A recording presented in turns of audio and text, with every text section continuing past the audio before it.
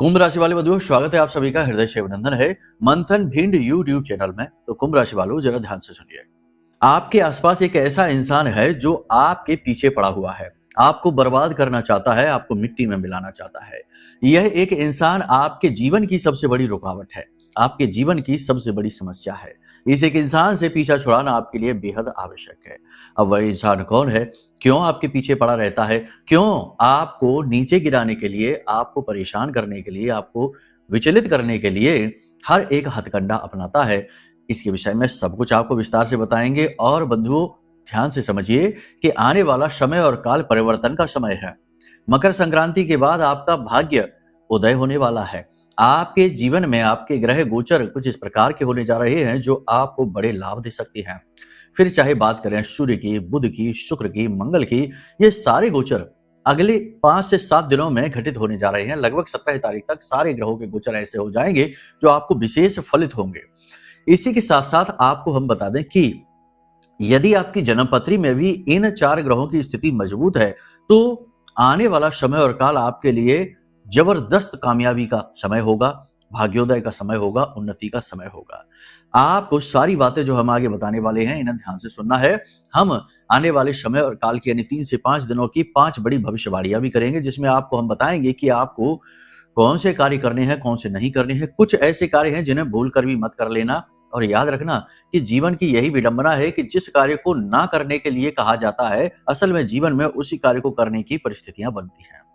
जैसे कि एक छोटा सा उदाहरण आप समझिए, ज्योतिष में भी ये चलता है कि किसी की राहु की महादशा यदि प्रारंभ होती है तो उसके जीवन काल में ऐसे मित्रों का साथ उसे मिलने लगता है, ऐसे संगति उसके जीवन में होने लगती है जो उसे शॉर्टकट से पैसा कमाने की तकनीक सिखाएंगे, उसे जुआ शराब सट्टेबाजी की ओर ले जाएंगे, निगेटिविटी की ओर ढकेलेंगे। असल में होना यह चाहिए था कि जैसे ही राहु की महादशा प्रारंभ हुई तो उसे ऐसे लोगों से बचना चाहिए, ऐसे लोगों से दूर रहना चाहिए जो नकारात्मक कार्यों में, अनैतिक कार्यों में डूबे रहते हैं। लेकिन ऐसा होगा नहीं, होगा ठीक इसके उलट, ताकि वह बर्बाद हो सके। तो वही तो हम आपको बताना चाहते हैं कि अगले 3 से 5 दिनों में आपके जीवन में कुछ ऐसी परिस्थितियां बनेगी जो बनने वाले इन शुभ ग्रह योगों का आपको लाभ नहीं लेने देगी, यानी इनसे आप वंचित हो जाएंगे। यही नियति रहती है, यही भाग्य की विडंबना रहती है कि हर वक्त जीवन में एक धर्म युद्ध छिड़ा रहता है। जो धर्म युद्ध भगवान श्री कृष्ण ने अर्जुन को समझाया, महाभारत काल में गीता के उपदेश के रूप में अर्जुन को दिया, कैसे जीवन के इस धर्म संकट से, धर्म युद्ध से विजेता बनना है। यानी कि हमेशा जीवन की परिस्थितियां विपरीत रहती हैं। बुद्धिमान इंसान सही निर्णय लेते हुए आगे बढ़ता है तो विपरीत परिस्थितियों को भी अनुकूल परिस्थितियों में बदलने का सामर्थ्य उसमें उत्पन्न हो जाता है, अर्जुन की भांति। लेकिन यदि जो परिस्थितियों के साथ बहता चला जाता है वह कहीं भी नहीं पहुंचता है, वह केवल अंधकार में पहुंच जाता है। तो कहने का मतलब यह है कि जो परिस्थितियां बनेंगी वो आपको मिटाने के लिए बनेंगी, आपको बर्बाद करने के लिए बनेंगी, गलत फैसले आपसे करवाएंगी, नकारात्मकता की ओर ले जाएंगे, गलत लोग आपके जीवन में आएंगे। तो उसी के लिए ये जो कार्यक्रम है आज का, यह एक अलार्म सिस्टम है। यह आपको पहले ही वार्निंग दे रहा है, पहले ही आपको बताए दे रहा है कि किस तरीके की परिस्थितियां बनेगी अगले 3 से 5 दिनों में, जिनसे आपको बचना रहेगा। और कौन से वे छोटे छोटे छिपे हुए संकेत रहेंगे जो आपके भाग्योदय के कारक बनेंगे, ये भी हम आपको बताएंगे। बड़ा ही महत्वपूर्ण कार्यक्रम है, बहुत ही सोच समझकर, बड़ी ही बारीक ज्योतिषीय गणनाओं के आधार पर, साथ ही साथ महामाई के द्वारा दिए गए दिव्य संदेशों के आधार पर इस कार्यक्रम को हमने आपके लिए निर्मित किया है। इसे आपको देखना बहुत आवश्यक रहेगा। और ठीक इसी प्रकार आने वाली मकर संक्रांति, जो कि 14 जनवरी के दिन है, मकर संक्रांति के दिन ही एकादशी भी है। तो क्या ऐसा आप करें आज से, अभी से, इसी समय से, कि आपको मकर संक्रांति के बाद सौभाग्य प्राप्त हो जाए, देवताओं की कृपा प्राप्त हो जाए। कौन से वो सटीक उपाय, क्रियाएं, कर्म रहेंगे जो आपको करने चाहिए, सब कुछ विस्तार से आपको बताएंगे। बस पूरे धैर्य के साथ इस कार्यक्रम को अंत तक देखना है, ठीक है। अगर आप इस कार्यक्रम को अंत तक देखेंगे तो हम आपको विश्वास दिलाते हैं कि आपका समय बदलेगा, आपका भाग्योदय होगा और हमारी मेहनत सफल होगी, ठीक है। चलिए बंधुओं, उम्मीद करते हैं सारी बात आप समझ रहे हैं। अब अंत तक जरूर ठहरेंगे, कुछ समय, कुछ अपने जीवन के क्षण, कुछ पल, कुछ मिनट हमें देंगे और हम आपको सौभाग्य का आशीर्वाद देंगे महामाई के संदेशों के माध्यम से। तो चलिए बंधुओं, कार्यक्रम को शुरू करते हैं। महामाई को याद करते हुए कमेंट बॉक्स में पूरे भक्ति भाव के साथ लिख डालिए, जय मां भद्रकाली कृपा करो। साथ ही साथ महामाई के दर्शन करते हुए ये भी लिख डालिए कि मैं भी माई के परिवार का हिस्सा हूं। बड़े सौभाग्य की बात है कि महामाई के परिवार का हिस्सा बनने का अवसर आपको प्राप्त हो रहा है। इसी के साथ साथ आपको सूचित कर दें कि जो विशेष महाअनुष्ठान इस गुप्त नवरात्रि को हम कर रहे हैं, उसमें यदि आप चाहें तो भाग ले सकते हैं। अपने हर कार्यक्रम में हम आपको सूचना दे रहे हैं ताकि कहीं ऐसा ना हो कि कोई जिसका मन हो, मनसा हो और वह चूक जाए। बहुत सारे लोग ऐसे हैं जो अनुष्ठान पूर्ण होने के बाद हमसे संपर्क करते हैं और कहते हैं गुरुजी हमें पहले पता नहीं चल पाया, वरना हम भी भाग ले लेते। ये महाअनुष्ठान वर्ष का प्रथम अनुष्ठान है और शक्ति का जागरण है। शैव नवरात्रि है, अत्यंत शक्तिशाली है और सबसे बड़ी बात की मकर संक्रांति के बाद यह सबसे शुभ समय और काल रहेगा जो आपके जीवन के उद्धारक का कार्य करेगा। देवताओं की कृपा आप तक पहुंचाएगा, क्योंकि देवताओं का समय ही प्रारंभ हो जाता है मकर संक्रांति के बाद। क्यों है मकर संक्रांति इतनी महत्वपूर्ण, आप समझते हैं? क्योंकि यहां से सूर्य की चाल बदलती है। उत्तरायण होते हैं सूर्य और उत्तरायण यानी कि देवताओं का समय। ठीक है, तो देवताओं के समय और काल में पड़ने वाली यह महाशक्तिशाली गुप्त नवरात्रि आपके जीवन के लिए विशेष होने वाली है। भाग लेना चाहते हैं महाअनुष्ठान में? कैसे लेंगे, क्या करना है, क्या विधि रहेगी, कैसे प्रसाद मिलेगा, कैसे देवी की कृपा मिलेगी, सब कुछ आपको पता चल जाएगा। वीडियो में नंबर है, इन नंबरों पर कॉल कर लेना, सारी जानकारी आपको विस्तार से समझा दी जाएगी। ठीक है, तो चलिए बंधुओं, यहां तक सारी बात आपने समझी है। अब अपने मूल विषय को शुरू करते हैं। बात करते हैं भविष्यवाणियों की, फिर बताएंगे उस इंसान के बारे में जिससे आपको बचकर रहना है, क्योंकि ग्रहों का जब बड़ी ग्रहों का परिवर्तन होता है तो सही समय होता है तंत्र मंत्र का भी। जो लोग करते हैं वो अच्छी तरह से जानते हैं कि यही सही समय है जबकि ये कार्य करेगा, तो कर देते हैं चुपचाप और आपका विकास रुक जाता है। आपके जीवन में व्याधियां, परेशानियां आने लगती हैं और आपका जीवन जो है वो नरकीय होने लगता है। तो ऐसे लोगों से बचना चाहिए, तो वही हम आपको बताएंगे और इसी के साथ साथ महा उपाय जो आपको अभी से प्रारंभ कर देना है। ठीक है, जय माई की। बंधुओं, ज्योतिष और तंत्र विद्या के क्षेत्र में आचार्य अमित एक जाना माना नाम है। पूज्य गुरुदेव के साधनाओं और ज्योतिष विद्या के अनुभव बेहद दिव्य है। जी हाँ, पूज्य गुरुदेव ने जिसकी भी कुंडली का विश्लेषण किया और कुंडली के अनुसार उसे सटीक उपाय व महामाई माँ बगलामुखी की विशेष कृपा दी, उसके जीवन में सकारात्मक बदलाव तो आ ही है। फिर चाहे समस्या कितनी ही कठिन क्यों ना हो, समाधान तो अवश्य हुआ है। अब ऐसे में यदि आप भी अपने जीवन की किसी बड़ी समस्या से जूझ रहे हैं, जैसे कि कर्जा बढ़ता ही जा रहा है, काम धंधा और व्यापार सब रुक चुका है, रिश्ते नातों में तनाव हद से ज्यादा बढ़ गया है, पूरा जीवन ही नकारात्मकताओं से भर गया है, तो ऐसे में यही सही समय है जब आप श्रेष्ठ गुरु से मार्गदर्शन प्राप्त करें और जीवन के अंधकार को समाप्त कर दिव्य प्रकाश की ओर कदम बढ़ाएं। वीडियो में दिए गए नंबरों पर तुरंत संपर्क करिए और अपनी कुंडली का विश्लेषण व समाधान पूज्य गुरुदेव के द्वारा करवा लीजिए। देर ना करें, आपके देवी देवताओं के आशीर्वाद से ये मौका खुद चलकर आपके पास आया है, इसे गंवाना नहीं है। अभी फोन करें और गुरुदेव से मार्गदर्शन प्राप्त करें। महामाई आपका कल्याण करें। धन्यवाद। 3 श्रेणियों में यह उपाय रहेगा, ध्यान से सुन लेना, उद्धार हो जाएगा। तो चलिए बंधुओं, शुरू करते हैं। बात करते हैं भविष्यवाणियों की। भविष्यवाणियों को प्रारंभ करने से पहले 3 बड़ी चेतावनियां हैं, ध्यान से सुन लो। अगले 3 से 5 दिन आपको 3 चीजों पर बारीक नजर रखनी है। कौन सी है वो 3 चीजें? ध्यान से सुनो। पहली चीज है अपने इमोशंस, अपनी भावनाओं पर। कहीं ऐसा ना हो कि आप भावुक होकर कोई ऐसा निर्णय ले लें जिसके लिए बाद में पछताना पड़े। अब कैसे वो निर्णय लेंगे? अपने हिस्से की चीज किसी और को दे दी, भावुक होकर, भावनाओं में बहकर। अपने जीवन की खुशियां, अपना धन, अपनी समृद्धि किसी और को दे दी उसकी मदद करने के लिए, या फिर किसी और को खुश करने के लिए जरूरत से ज्यादा खर्च कर दिया, जरूरत से ज्यादा उसके लिए बिच गए और सब कुछ अपना दे दिया कि भाई वो खुश हो जाए। ऐसे कोई खुश नहीं होता। आपसे चीजें लेकर, आपसे पैसे लेकर जो खुश हो रहा है वो खुश ना ही हो तो ज्यादा बेहतर है, क्योंकि उसकी खुशी भी खतरनाक है। तो कहने का मतलब यह है कि आपको अपनी भावनाओं पर नियंत्रण रखना है। और दूसरी बात कि भावनाएं नियंत्रित रहेंगी तो विचार नियंत्रित रहेंगे, क्योंकि भूत भविष्य वर्तमान के हजारों लाखों विचार मन में उठते रहेंगे, कंफ्यूजन क्रिएट करेंगे, इमोशनल अनस्टेबिलिटी क्रिएट करेंगे। तो आपको ये भी थोड़ा सा विचार करना है। अपने आप को केवल उन चीजों पर फोकस करिए, अपने चित्त को केवल वहां फोकस करिए जहां आपकी सबसे अधिक इस समय आवश्यकता है। 1000 तरीके की चीजें सोचकर सब कुछ कर पाने की सामर्थ्य तो आपके अंदर भी नहीं है, हमारे भी नहीं है, किसी भी इंसान के अंदर नहीं है। लेकिन उन 1000 चीजों में से क्या आज इस समय महत्वपूर्ण है, इस विषय को सोचकर और उसे ठीक तरीके से पूर्ण करने की सामर्थ्य हर एक इंसान के अंदर है। कहने का मतलब यह है कि अपने ध्यान को, अपने फोकस को आज और कल के समय पर ही लेकर जाएं। आज आपको क्या करना है, कल आपको क्या करना है, बस भविष्य के लिए प्लानिंग करें और छोड़ दें, भगवान के ऊपर छोड़ दें। अगर सब कुछ ठीक रहेगा तो सब अच्छा मिलेगा, नहीं ठीक रहेगा तो कोई बात नहीं है, वह भगवान का दिया हुआ है। असफलता है तो वह भी भगवान की दी हुई है, उसे स्वीकार करो और आगे बढ़ो। ठीक है, ये नहीं कि उसी को पकड़े बैठे हैं और रोने लगे, हे भगवान ये क्या हो गया। कोई बात नहीं, ये दरवाजा ना खुला तो कल दूसरा दरवाजा खुल जाएगा। प्रयास लगातार करते रहना है, जरूरत से ज्यादा विचार नहीं करने हैं चीजों के बारे में। मुंगेरी लाल के हसीन सपने नहीं देखने हैं कि हम बिजनेस शुरू करेंगे, उसमें हमें ये फायदा हो जाएगा, वो फायदा हो जाएगा, इससे पार्टनरशिप कर लेंगे, ये नहीं, ऐसी कोई बात नहीं। जो आज है जरूरी है इस समय पर, बस उसी के बारे में विचारशील बनिए। ठीक है, ये चीज हो गई। दूसरी चीज, अपनी सेहत के बारे में ध्यान से, अपना सेहत का ध्यान दीजिए। सेहत खराब होने वाली है, अगले 3 से 5 दिनों में हॉस्पिटल तक पहुंचने की नौबत आ सकती है। जी हाँ, सेहत का विशेष ख्याल रखिए।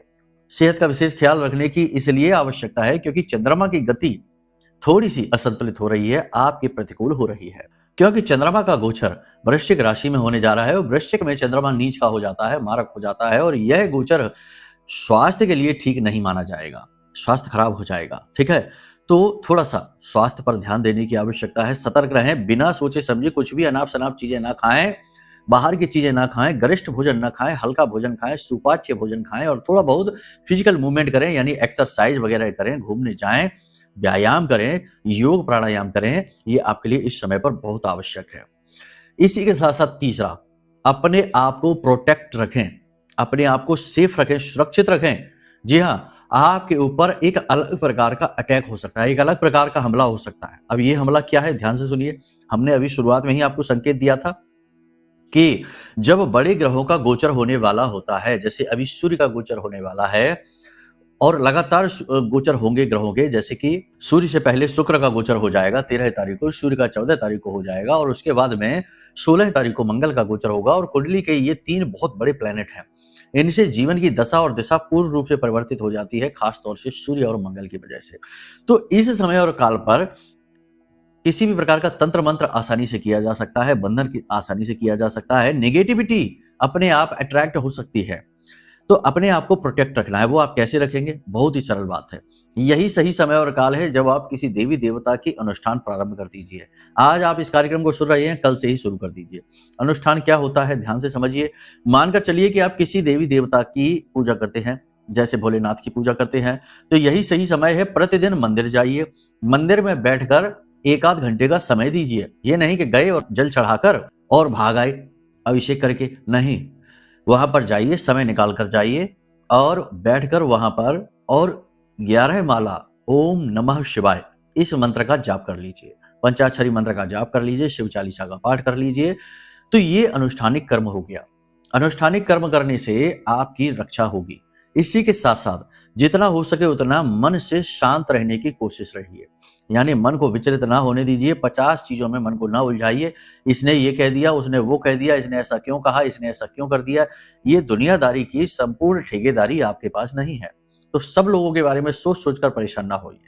अब वो सब लोग कोई बाहर के लोग नहीं हैं, आपके अपने ही हैं। बेटा बेटी की बात कर लें, बहू की बात कर लें, भाई की बात कर लें, पिता की बात कर लें, परिवार के सदस्यों की बात करें, मित्रों की बात करें। इसने ऐसा क्यों कर लिया, ये हमारी बात क्यों नहीं सुनता, इसने ये वो 50 तरीके की सोच दिमाग में चल रही है। अब अपना जो असली काम है उससे ध्यान ही हट चुका है। तो कहने का मतलब ये है कि ये जो तमाम दिमाग में जो फितूरबाजी चलती रहती है, इन्हें हटा दीजिए। अपने ऊपर ध्यान दीजिए, अपने कर्म पर ध्यान दीजिए, अपनी सेहत पर ध्यान दीजिए, क्योंकि ये आपकी अपनी कार्मिक यात्रा है। जो जीवन और मृत्यु के बीच जो यात्रा है, ये जन्म जन्मांतर की पवित्र यात्रा है और आपकी स्वयं की यात्रा है।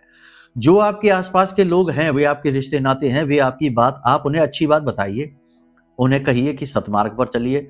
अगर वो सुन लेते हैं तो बहुत अच्छी बात है, और नहीं सुन लेते हैं तो कोई बात नहीं है, उनका कर्म है, उनके सामने आएगा, वो खुद ही भुगतेंगे। आप व्यथित होना, परेशान होना छोड़ दीजिए। ठीक है, कहने का मतलब ये है कि थोड़ा प्रैक्टिकल होकर आपको सोचना होगा। अपने ऑरा को प्रोटेक्ट रखने के लिए बहुत आवश्यक है, क्योंकि मन व्यथित होने से आपका जो ऑरा है, आपकी जो ऊर्जा क्षेत्र है, वो कमजोर पड़ जाता है, सिकुड़ जाता है, तो मन खराब होना शुरू हो जाता है। ठीक है, यहां तक सारी बात आपने समझ ली है। अब ध्यान से सुनिए, 3-4 चीजें हैं।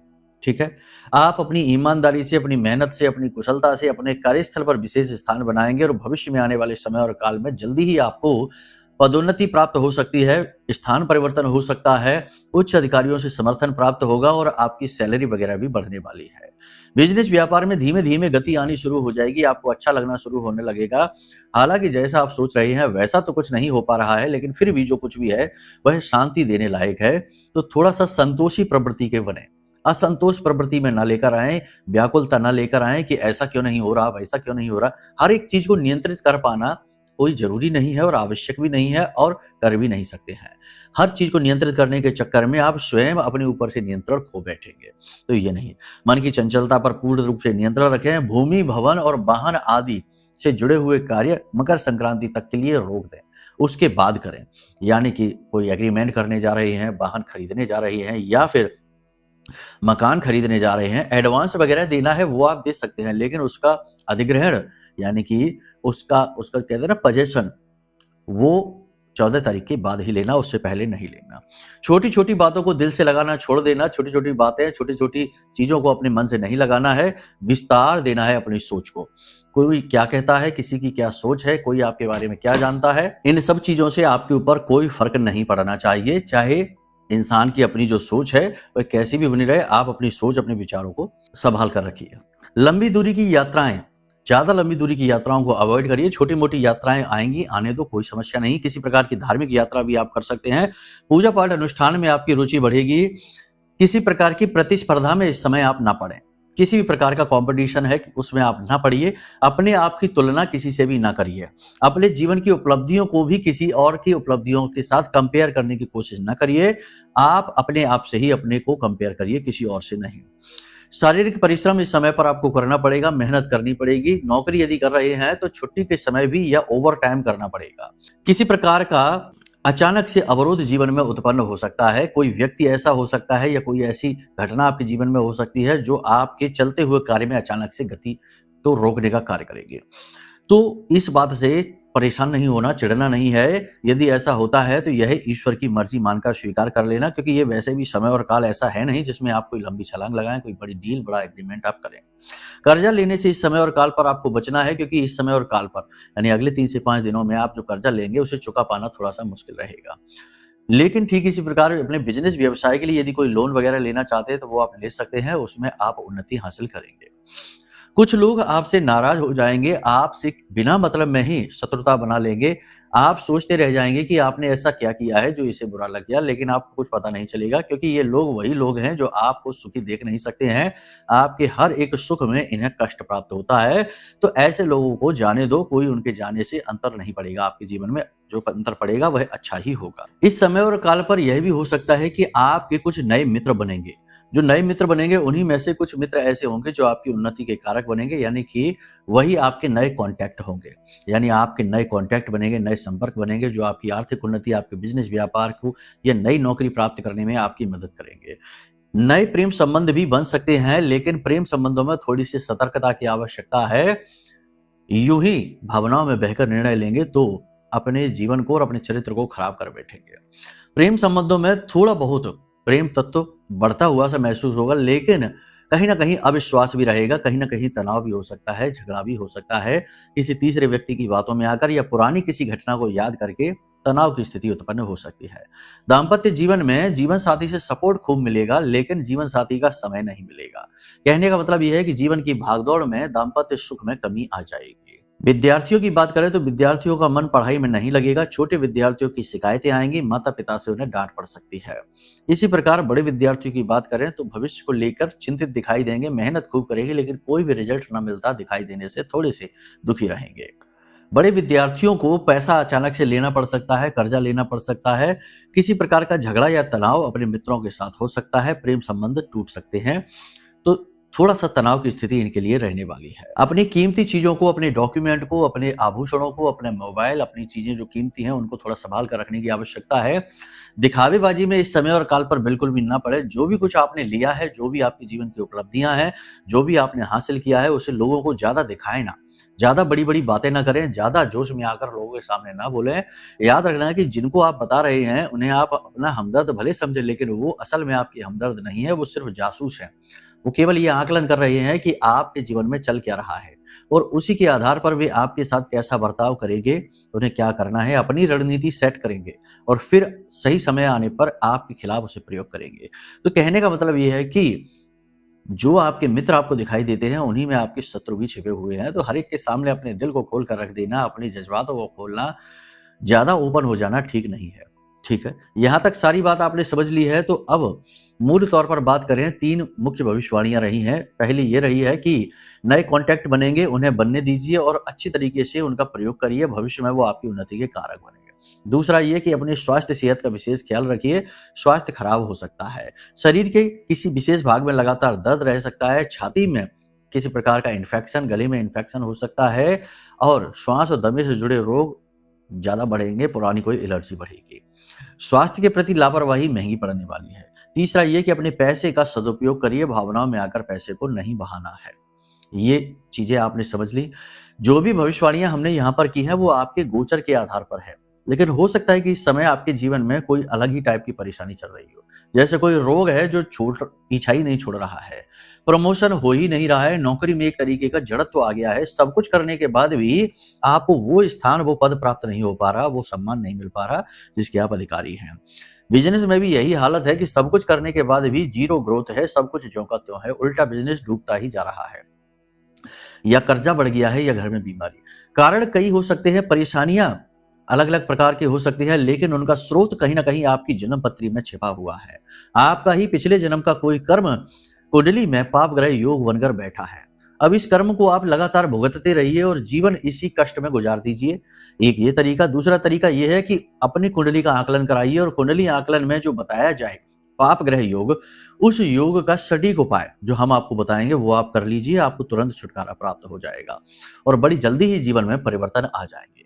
क्योंकि क्रिया के खिलाफ प्रतिक्रिया होती ही है, यही संसार का नियम है, ब्रह्मांड का नियम है। लेकिन यदि क्रिया के खिलाफ प्रतिक्रिया नहीं हो पा रही है, तो इसका मतलब यह है कि कहीं ना कहीं अवरोध है, कोई बाधा है। उसी बाधा को जानने का काम कुंडली विश्लेषण में किया जाता है, तो ये आप करवा सकते हैं। कुंडली आकलन करवाना एक श्रेष्ठ निर्णय है। इसी प्रकार समय समय पर नकारात्मकताएं जीवन में आती रहती हैं। कुंडली के पाप ग्रह योग ही जीवन में इतनी निगेटिविटी अट्रैक्ट कर लेते हैं कि फिर कुंडली के उपाय भी उस हिसाब से लाभ नहीं दे पाते हैं। तो इन नकारात्मकताओं से मुक्ति प्राप्त करने के लिए, तंत्र मंत्र टोना टोटका से मुक्ति प्राप्त करने के लिए और हमेशा के लिए जीवन में महामाई की कृपा, उनका विशेष सुरक्षा कवच प्राप्त करने के लिए यह महारक्षा कवच है जो हमने आपके लिए निर्मित किया है। इस महारक्षा कवच को आप ऑर्डर कर लीजिए। यह आपका भाग्य खोलने का कार्य करेगा, आपके जीवन में देवी की विशेष कृपा लाने का कार्य करेगा। बड़े ही अद्भुत चमत्कार इस महारक्षा कवच के हैं। आप समझिए कि हमारी बात हो रही थी अभी परसों नरसों ही, एक श्रीमान है, राजस्थान के हैं, वो हलवाई का काम करते हैं और उनका काम डूबता चला जा रहा था। यकीन मानिए कि उनका कॉल आया और उन्होंने कहा कि गुरुजी आपका रक्षा कवच हमने जैसे ही ऑर्डर किया है, सिर्फ घर तक पहुंचा भी नहीं है, ऑर्डर ही किया है, वैसे ही हमारे पास में 3-4 नए काम आ गए। इतना प्रताप है इस महारक्षा कवच का। लेकिन सब कुछ भाव से होता है। भाव यदि प्रबल है तो चीजें बहुत जल्दी काम करती हैं, और भाव प्रबल नहीं है तो फिर कुछ भी काम नहीं करेगा। केवल शंकाएं ही शंकाएं होंगी जीवन में, केवल और केवल नकारात्मकता होगी और बस यही पूछते रह जाएंगे कि आखिर हमारे ही साथ ऐसा क्यों होता है, हमारे साथ ही ऐसा क्यों होता है। बस यही एक प्रश्न होगा।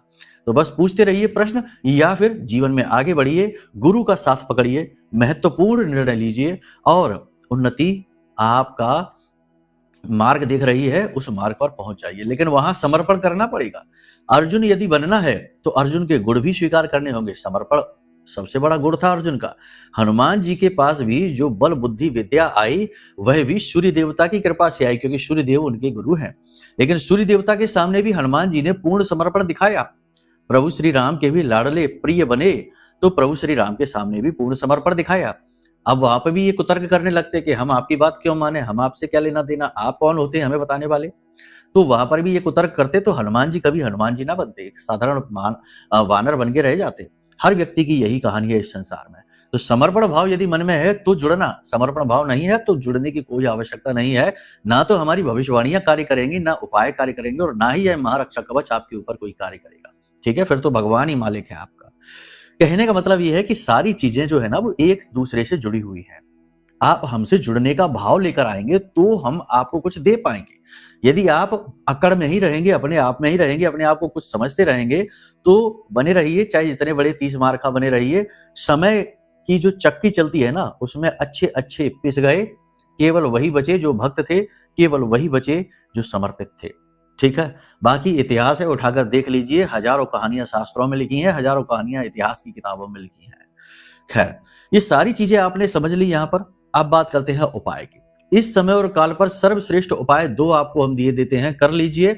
मकर संक्रांति के दिन तो आपको जो करना है सो करना ही है, वो तो हम आपको बताएँगे ही, लेकिन अभी इस समय और काल पर आपको जो कार्य है वो बता देते हैं। सबसे बड़ा कार्य है, अपने घर में 3 दिए जलाना शुरू करिए इस समय पर। 1 दिया आप शाम के समय, यानी कि गोधूली अवस्था में, जब दिन और रात्रि मिल रहे होते हैं, उस समय पर 1 दिया अपने घर की चौखट पर जलाइए। चौखट पे बाईं ओर जलाना है, गाय के घी का दीपक जलाना है। दूसरा दिया आपको घर की पश्चिमी दीवार पर, यानी आपके घर की जो पश्चिमी दिशा है, ठीक पश्चिम में जाकर, चाहे वहां कोना हो, चाहे स्टोर रूम हो, चाहे वहां कुछ भी हो, उस कोने में जाकर आपको 1 दिया जलाना है, जिसका मुख पश्चिम दिशा की ओर ही होगा और वो सरसों के तेल से जलेगा। ठीक है? और 1 दिया आपको जलाना है घर की दक्षिणी दीवार के पास, यानी दक्षिण दिशा में, और इसका मुख भी दक्षिण दिशा की ओर ही होगा। इस दिए को आप चाहे तो सरसों के तेल से जलाइए, चाहे गाय के घी से जलाइए, कोई फर्क नहीं पड़ता है। ये 3 दिए अपने घर में आज इसी समय से जलाना शुरू कर दीजिए, शाम के समय से। एक और महत्वपूर्ण बात कि अगर हो सके तो दोपहर को ठीक 12 बजे, यानी कि जो मध्य दिवस होता है, इस समय पर जाकर पीपल के वृक्ष में थोड़ा सा जल, काले तिल मिलाकर, गुड़ मिलाकर अर्पित कर दीजिए। काम हो जाएगा आपका। पितृ देवता आपके तृप्त हो जाएंगे, कुल देवी की आपको कृपा प्राप्त हो जाएगी और आपके आराध्य देव तो आपसे प्रसन्न हो ही जाएंगे। और विशेष कार्य हमने आपको बता ही दिया है कि कोई अनुष्ठानिक कर्म प्रारंभ कर दीजिए। हनुमान जी की यदि पूजा करते हैं तो 11 हनुमान चालीसा, 7 हनुमान चालीसा का संकल्प ले लीजिए अगले 7 दिनों के लिए। ठीक है? दिन का इंतजार न करिए कि अरे मंगलवार को करेंगे, शनिवार को करेंगे, नहीं, दिन करें। हर दिन हनुमान जी का दिन है, हर दिन भोले बाबा का दिन है, हर दिन हर देवी देवता का है। ठीक है? तो आज आपने कार्यक्रम देखा, कल से ही इस क्रिया को चालू कर दीजिए, संकल्प लीजिए और काम शुरू कर दीजिए और आपका उद्धार हो जाएगा 101%। ठीक है? बस बाकी आगे का कोई मार्गदर्शन यदि चाहिए तो हम आपके लिए तैयार बैठे हैं। हम तो बैठे ही हैं आपके लिए, महामाई ने नियुक्त किया है यहाँ पर आपकी सेवा के लिए। बस बात यही है कि जब लोग उल्टे सीधे कुतर्क करते हैं, नकारात्मकता उगल देते हैं, तो उस नकारात्मकता को देखकर मन खराब हो जाता है कि क्या इनकी मदद करें, क्या इन्हें समझाएं। समझाने को सब समझा सकते हैं, सारे यहाँ पर डाउट क्लियर कर सकते हैं, लेकिन समय ही खराब करना होगा, क्योंकि यहाँ से बाहर जाते ही फिर से अपने उसी रूप में आ जाएंगे, उसी अवतार में आ जाएंगे, क्योंकि उनका प्राकृतिक ढांचा ही ऐसा बना है, नकारात्मक। तो कहने का मतलब यह है कि यदि मन में कोई विचार उत्पन्न हो, कोई अन्य मार्गदर्शन चाहिए, सहायता चाहिए, कुंडली विश्लेषण कराना है, महारक्षा कवच चाहिए या महाअनुष्ठान में भाग लेना है, सब कुछ आप पूछिए। नंबर वीडियो में है, धाम के ही नंबर है। आपका सब मार्गदर्शन हम करेंगे और हमें अच्छा भी लगेगा आपसे जुड़कर। ठीक है? तो चलिए, समर्पित रहिए महामाई के लिए, समर्पित रहिए महामाई के चरणों में और उनकी कृपा पाने के लिए लालायित रहिए और पूरे प्रेम के साथ बोलिए, जय माई की, जय मां बगलामुखी। हमारे प्रिय और परम पूज्य आचार्य जी ने अपनी साधनाओं के अनुभवों पर आधारित शक्तिशाली उपाय और क्रियाओं के माध्यम से हजारों लोगों के जीवन को पूरी तरह से बदला है। आचार्य जी के द्वारा बताया गया हर एक उपाय इतना सटीक और कारगर होता है कि जो भी इसे पूरे भाव के साथ कर लेता है, उसे साक्षात महामाई की कृपा और आशीर्वाद प्राप्त हो जाती है। इसलिए निसंकोच इन उपायों को पूरे भाव के साथ करिए, आपका कल्याण होगा। जय माई की।